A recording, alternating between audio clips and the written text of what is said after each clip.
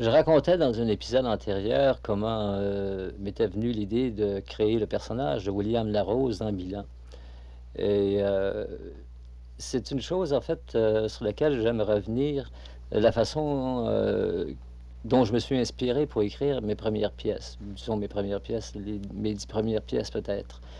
Je voyais une chose tout à coup dans la rue ou à la télévision ou à bord d'un tramway ou n'importe où, une chose se passait et je la transformais, j'essayais d'en faire quelque chose qui se tenait. Bilan a été une pièce qui a fait un certain bruit parce qu'elle a été jouée justement à l'époque où le régime de Duplessis était enfin fini et venait d'être renversé ou elle était sur le point de l'être. Et alors, les gens avaient trouvé que c'était audacieux comme pièce. Mais je reviens en arrière sur la façon dont j'avais été inspiré pour écrire Chambre à louer. J'aime bien raconter, c'est une anecdote, mais j'aime bien la raconter parce que c'est assez curieux de quelle façon on peut être inspiré par la vue de certaines personnes ou la vue de certains événements qui se passent, certaines choses inattendues. Euh, J'étais un soir très tard au terminus d'autobus provincial de transport qui était à cette époque rue Dorchester, près de Drummond. J'étais allé reconduire mon ami Guy Godin qui prenait l'autobus pour l'île Perrot, là où il habitait l'été. Et en attendant son autobus, on a vu arriver un autobus de Sherbrooke. Sherbrooke, pour nous, à cette époque-là, c'était quand même à 100 000 de Montréal. C'était quand même une ville assez lointaine. Et puis, on regardait distraitement descendre les voyageurs d'autobus. Et le dernier voyageur qui était descendu, c'était un petit garçon qui devait avoir tout au plus 10 ans et qui portait à la main une petite valise, toute petite valise de carton crevée. Et il était infirme, il boitait. Et on s'est dit, il y a sûrement quelqu'un qui l'accompagne, il y a sûrement quelqu'un qui l'attend, hein. Et alors, on l'a suivi un peu, on a essayé de voir qu'est-ce qui arriverait. Et non, il était seul. Il est sorti du terminus d'autobus seul. Et il n'a évidemment pas pris de taxi. Il s'est en allé dans les rues seul et on l'a vu disparaître. Et cette image m'était restée derrière la tête. Et avec le temps, je l'avais transformée en autre chose. Euh, Chambre à louer commençait justement de cette façon suivante. Au lieu d'être un enfant, d'être un petit garçon de 10 ans qui descend de l'autobus un soir comme ça, c'était une jeune fille de 16-17 ans et orpheline qui arrivait, elle, du nord, de Mont-Laurier, je pense, si je me souviens bien, et avec sa petite valise seule et qui s'en allait prendre une chambre dans une famille de Montréalais. Alors, les rapprochements entre la réalité et les choses que j'ai écrites par après sont curieux parfois, sont bizarres. C'est à la suite de cheminements, de pensées. Je transforme, j'avais l'habitude de transformer comme ça les événements à ma façon, de façon à ce que je puisse raconter des choses qui soient fictives. Parce que ce qui m'a toujours intéressé avant toute chose, c'est la fiction. La fiction qui reflète la réalité. 1960 a été une année où j'ai produit beaucoup, par la force des choses. D'abord, il y avait eu ce long voyage que je m'étais permis en Europe l'année précédente. Il y avait eu la longue grève de Radio-Canada pendant laquelle je n'avais pas travaillé, je n'avais pas pu gagner ma vie. Et il fallait que je me renfloue. Donc, après avoir écrit Équation à deux inconnus et Les frères ennemis pour la télévision, j'ai accepté avec beaucoup, beaucoup de joie la demande de M. Gélina d'adapter pour la scène Florence. C'est ce que j'ai fait aussi en 1960, j'ai adapté Florence pour la scène. Et c'est aussi cette année-là, la même année, que j'ai décidé de faire pour la première fois une chose que que je m'étais promis de jamais faire, c'est-à-dire j'ai décidé d'écrire un feuilleton pour la télévision, La Côte de sable. La Côte de Sable, évidemment, c'est la traduction littérale de Sandy Hill, qui est un quartier d'Ottawa. Et je suis retombé un peu dans mon penchant que j'avais pour les années de la fin de la Deuxième Guerre et de l'après-guerre. Et j'ai fait, à travers la Côte de Sable, à travers 75 épisodes, je pense, une chronique de ces années-là, se passant dans un quartier paisible d'Ottawa, où mon épouse avait été élevée et où elle avait vécu les 20 premières années de sa vie. Je n'ai pas été inspiré, disons, par ce qu'elle m'en avait raconté, puisque pour la première fois de ma vie, j'ai fait l'expérience d'aller écrire presque sur place. C'est-à-dire que je me rendais à Ottawa, je me documentais à la Bibliothèque du Parlement dans les vieux journaux de l'époque, 1944, 45, 46. Et ensuite, j'écrivais mes textes la plupart du temps à Ottawa. Je les terminais à Montréal, ou parfois je les terminais à bord du train entre Ottawa et Montréal, parce que je n'ai jamais eu la réputation de remettre mes textes très vite, alors toujours à la dernière minute. Alors, quand je pouvais profiter de 2 heures à bord du train pour écrire, je le faisais. Et ça a été une expérience que j'ai trouvée très dure, très difficile, parce que je n'avais pas cet art que, comme Guy Dufresne l'a défini un jour dans un article, et qui disait que le feuilleton de télévision, c'était l'art de savoir se répéter. Je ne savais pas me répéter. Et je me répétais quand même, et je me répétais mal. Mais par contre, il y est arrivé qu'au cours de la Côte de Sable, il m'arrivait parfois de préparer à l'avance, de prévoir à l'avance que à tel épisode, je pourrais faire une émission très bonne. Ce qui fut le cas d'ailleurs en une dizaine d'occasions. Ce qui fut le cas, par exemple, dans l'émission qui marquait la fin de la guerre, des réjouissances qui eurent lieu à Ottawa et des conséquences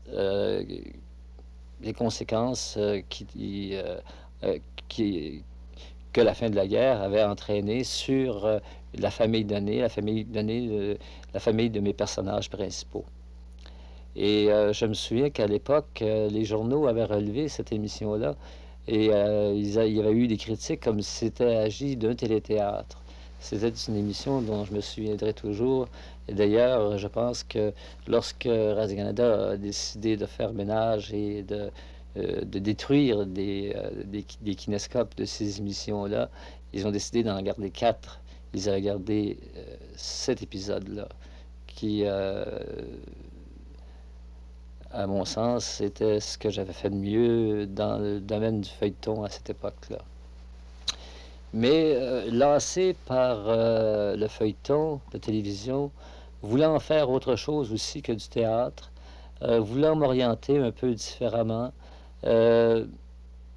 c'est vers ces années, c'est peut-être en 61 ou 62, que j'entrais au magazine Perspective comme un des rédacteurs et que j'ai entrepris une carrière de journaliste.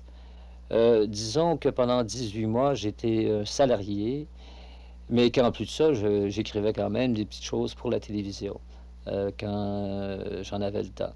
Mais ça fut un changement un peu dans ma vie. Ce que j'avais écrit au préalable, j'avais écrit des choses, j'avais écrit des pièces sans avoir à questionner les gens, sans avoir à questionner des personnages. Et là, faire du reportage, c'était m'en aller auprès des gens et les questionner, entrer dans leur vie. Et là, non plus écrire de la fiction, mais écrire des choses vraies, des choses réelles. Ça m'a permis de faire des voyages, ça m'a permis de faire des reportages dont les sujets me plaisaient beaucoup, dont un reportage sur un personnage légendaire québécois qui s'appelle Alexis le Trotteur, dont on parle encore aujourd'hui, sur qui on a écrit récemment une longue thèse de doctorat en éducation physique. Ça m'a permis d'aller, par exemple, à Rivière-la-Paix, à 200 000 ou 300 000 au nord d'Edmonton, écrire un long reportage sur cette région où se trouve une majorité de Canadiens français immigrés là-bas à Rivière-la-Paix. Un pays assez bizarre, assez étrange, un pays très plat, très riche, au sol très riche, connaissant des hivers rigoureusement froids, où il tombe très peu de neige par contre, ça m'a permis aussi de faire des reportages un peu vaguement historiques. Par exemple, faire l'histoire de la chute Montmorency, des légendes qui entourent la chute Montmorency et l'île d'Orléans. J'ai fait des reportages sur des hommes connus comme Roger Lemelin. Euh, j'ai beaucoup aimé cette période-là, mais il s'est produit une brouille entre moi et les patrons qui m'employaient et j'ai dû démissionner à ce moment-là. Disons que pendant 18 mois, j'avais été un salarié, comme j'avais été un salarié aussi en 56 lorsque j'avais été à l'emploi de l'Office national du film. Mais à l'emploi de l'Office national du film, où j'étais entré évidemment pour écrire des scénarios de films, moi, en fait, c'était mon idée d'écrire parce que je n'ai rien fait d'autre dans ma vie pour gagner ma vie que d'écrire, à l'exception de mes années d'études où je travaillais dans un bureau avec mon père pour gagner mes études, pour gagner ma scolarité au collège. Alors, à l'Office national du film, j'ai écrit très peu, mais ça m'a permis de voyager. J'ai voyagé dans l'Ouest, beaucoup en train. J'aimais beaucoup voyager en train. J'aimais partir de Montréal, par exemple, et me rendre à Vancouver, rester là-bas, séjourner là-bas, partir de Vancouver à la Victoria, ensuite revenir à Calgary, Edmonton. J'aimais beaucoup l'Ouest canadien et j'aimais beaucoup les voyages en train. C'était peut-être les seuls moments où je pouvais lire à bord d'un train, où je pouvais me reposer, où je pouvais réfléchir, où ce fut la seule époque de ma vie, d'ailleurs, où j'ai écrit sérieusement un journal personnel que j'ai conservé. Mais pour revenir à perspective, après cette expérience qui avait été assez heureuse, et je me suis remis de nouveau au théâtre. En 64, plus précisément, j'avais assisté à la première comédie musicale qu'avait présentée le théâtre de Marjolaine Eisman, c'est-à-dire Du temps des amours, et j'avais été médusé par le charme qui ressortait de tout ça. Et j'avais demandé à Louis-Georges Carrier et à Marjolaine Hébert s'ils voulaient que l'année suivante, je présente un projet de comédie musicale. Alors, on m'avait demandé quel en serait le sujet, et j'avais proposé de faire une adaptation moderne du Misanthrope de Molière. Aujourd'hui, d'ailleurs, pour moi, Il est une saison n'est pas une chose terminée.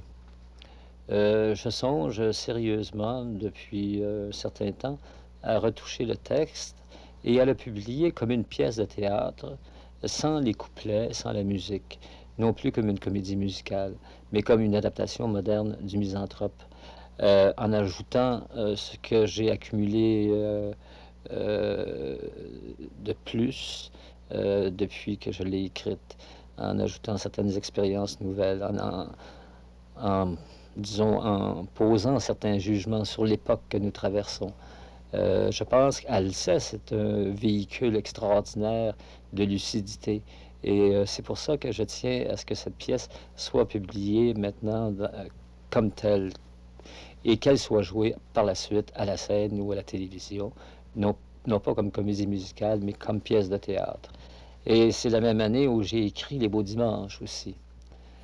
Et Les Beaux Dimanches, c'est une pièce qui a fait beaucoup de bruit, à cause surtout d'un long monologue du personnage Olivier, d'un monologue politique, d'un monologue qui reflétait mes idées politiques à moi de l'époque. Au cours des répétitions, après 3 semaines de répétitions très ardues, parce que la pièce n'était pas facile à monter, Louis-Georges Carrier m'avait donné rendez-vous à un restaurant. Il m'avait demandé si je voulais, si je consentais à ce que Yves Letourneau, le comédien qui jouait le personnage d'Olivier, soit complètement isolé des autres personnages, s'avance à l'avant-scène, qu'on l'isole aussi dans un rayon de lumière et s'adressant au public fasse son monologue comme si c'était le message que moi je voulais faire passer. Et comme au fond, c'était véritablement des idées que j'avais à cette époque-là, qui ont varié un peu depuis,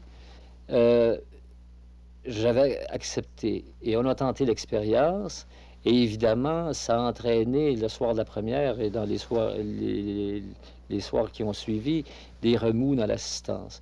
Il y a des gens qui applaudissaient à tout rompre, d'autres qui criaient chou, d'autres qui sortaient. Et je crois qu'il n'y a pas un seul soir où le public est resté indifférent. Par contre, on a joué la pièce assez longtemps. On a eu une assistance très nombreuse à la Comédie canadienne. Je crois que nous avions un pourcentage d'assistance de 95%. Nous avons dû laisser la Comédie canadienne pendant une semaine avant d'y revenir pour une autre série de représentations. Et pendant cette semaine-là, nous en avons profité pour aller en tournée dans 2 ou 3 villes différentes du Québec. Et là, nous avons essayé une nouvelle mise en scène où Olivier n'était plus isolé des autres personnages, où on ne l'isolait plus en avant-scène sous les rayons de réflecteur, mais où on le faisait s'adresser tout simplement aux personnages qui étaient en scène, où on le faisait marcher sur la scène. Et ce monologue-là tombait complètement à plat, devenait ennuyeux et stérile et trop long. Et quand nous sommes revenus à Montréal, nous sommes revenus à la mise en scène première et au même chahut qu'habituellement. Mais là où les gens ont manifesté le plus fort, ce fut à Québec, soit pour ou contre. Il y a eu une manifestation que j'ai jugée à un certain moment peut-être dangereuse dans la salle. Des gens qui sortaient violemment du théâtre en jurant et d'autres qui applaudissaient à tout rompre, qui criaient bravo. Je me souviens d'un type qui dans la salle a crié à haute voix, mais c'est du vaudeville, ce n'est plus du théâtre. Et, de toute façon, je n'ai pas regretté cette expérience-là. C'est une pièce qui a fait parler d'elle, qui a intéressé les gens, qui a fait discuter les gens. Et les critiques ont été très partagées autant que le public l'était. Et c'est une pièce que présentement je suis en train d'adapter pour le cinéma. Ce sera peut-être mon premier long métrage de cinéma.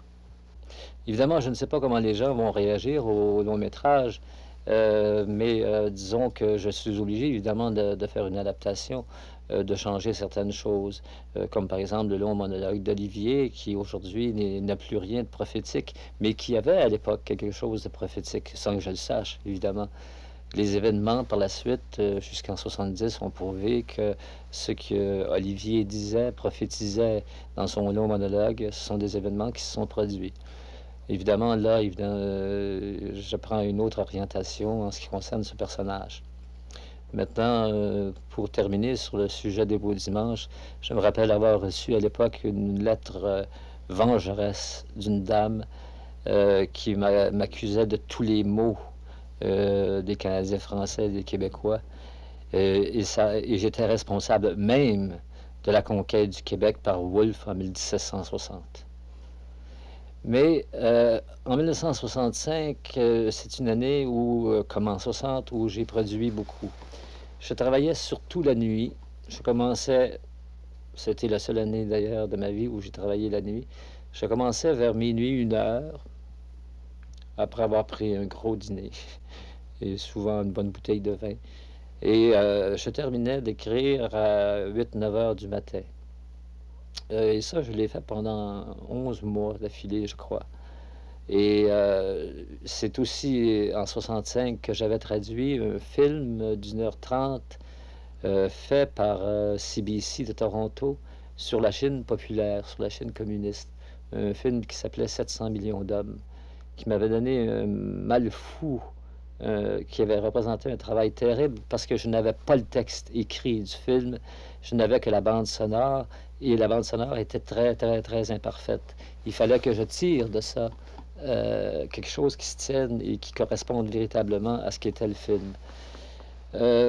Après avoir travaillé comme ça de nuit pendant presque 1 an, je me suis retrouvé à l'hôpital tout simplement pour des examens très sérieux où l'on avait cru déceler chez moi une colite ulcéreuse, qui est pas une chose, qui est une maladie très sérieuse.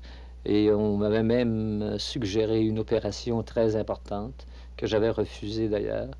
Et j'avais demandé qu'on m'offre un autre choix. Et l'autre choix fut d'aller me reposer et de suivre des traitements, une diète, et de prendre des médicaments régulièrement dans un hôpital qui s'appelait la Villa Medica. À cette époque-là, en 65, j'écrivais aussi mon deuxième feuilleton, même si j'avais juré de jamais y revenir, j'y étais revenu. C'était le feuilleton de 9 à 5. Je l'écrivis, je l'ai terminé, je pense, cette année-là, en 66, à la Villa Medica, au cours des 6 mois que je vécus là, suivant jour après jour pendant 6 mois toutes les observances médicales et travaillant à mon feuilleton de 9 à 5, ce qui me permettait de survivre parce que la Villa Medica étant à ce moment-là un hôpital privé, les frais de séjour et de traitement étaient très élevés. Et je me souviens d'une chose bizarre qui est arrivée. J'écrivais, il m'était arrivé de succomber encore une fois. C'était la nuit, il était 3 heures de la nuit, j'écrivais et j'étais en train d'écrire une scène de 9 à 5 où je racontais la mort d'un homme. Et la porte de ma chambre était ouverte. Et au même moment où j'étais en train d'écrire ça, j'ai entendu de la chambre voisine des râlements effroyables. Et c'était une femme qui agonisait, qui en était à ses derniers moments, et qui est morte dans les minutes qui ont suivi, juste au moment où moi j'étais en train d'écrire cette scène de mort. Ça m'avait laissé une impression terrible. Et j'ai eu beaucoup de mal le lendemain à me rembarquer de nouveau dans mon feuilleton. J'ai eu beaucoup de mal à oublier cette nuit-là pendant laquelle je n'ai vraiment pas dormi. Mais de 9 à 5 demeure quand même une longue et dure expérience, une expérience où j'y ai laissé un peu de ma santé, parce que je m'étais embarqué dans un sujet très vaste, peut-être trop vaste, et avec un nombre de personnages presque illimité. Mais il fallait que je le fasse. Alors, après 6 mois passés à la Villa Medica, ayant vécu quasiment une vie de moine, Jean Duceppe m'a fait une proposition bizarre, que j'acceptais d'ailleurs. Jean Duceppe avait été demandé par M. Lesage, qui entreprenait à ce moment-là une campagne, une nouvelle campagne de nouvelles élections. Jean Duceppe avait été demandé pour être celui qui interviewerait M. Lesage à la télévision. Alors Jean m'avait demandé tout simplement de préparer les entrevues dont il aurait besoin pour pouvoir interviewer M. Lesage. Alors, sans être impliqué politiquement dans le Parti libéral ou dans quelque parti que ce soit, j'avais travaillé avec Jean sur ces entrevues-là. C'était aussi une expérience nouvelle, une expérience agréable et plus ou moins agréable parce qu'au fond, les questions et les réponses telles qu'ils étaient préparées, M. Lesage en faisait ce qu'il voulait, il ne les suivait généralement pas. Je ne dis pas que c'est pour ça qu'il a connu la défaite, d'ailleurs, en 1966. Je ne crois pas que ce soit pour ça, ça c'est pour autre chose. Alors après les élections, j'ai décidé de m'isoler ici, à Magog, où nous nous trouvons en ce moment, à l'auberge de la Lanterne, où j'aimais bien venir depuis quelques années, et de ne rien faire de tout l'été. Je pouvais me le permettre et je me le suis permis. J'ai vécu une vie assez bohème et pendant tout l'été, je me suis amusé plutôt qu'autre chose. À la fin de cet été-là, il y avait une maison près du lac, une très belle maison, une vieille maison de bois, que les gens se trouvaient à quitter pour retourner à la ville, et la maison était encore à louer pour 3 semaines. J'ai décidé de louer la maison, qui était très grande. Il y avait 7 chambres à coucher dans cette maison-là. J'ai décidé de la louer seul, et c'est là que j'ai commencé à écrire tranquillement un matin, au retour des oies blanches. Et 3 semaines plus tard, lorsque, évidemment, j'ai dû quitter cette maison-là, la pièce était écrite. Je l'apportais avec moi à Montréal, et nous faisions la première lecture chez moi, mon appartement de Montréal, de cette pièce. Elle a été fabriquée dans une certaine joie, parmi une nature somptueuse, parmi les plus beaux jours de septembre 1966, au bord d'un lac extraordinaire qui est le même Frémagogue. Et j'ai été très heureux après la lecture de cette pièce, après qu'on eut fait la lecture de cette pièce, parce que même si les personnages avaient été touchés par ce qu'ils venaient de lire, ils étaient heureux, ils rayonnaient de joie, parce que je crois que nous, pour la première fois, j'avais atteint ce que je cherchais depuis le début de ma carrière, à écrire une vraie tragédie. Une tragédie qui se rapprochait, selon certaines opinions, selon certains critiques, qui se rapprochait des tragédies grecques. D'ailleurs, au Retour des Oies Blanches, il y a des allusions à la tragédie grecque, à Électre, à Antigone.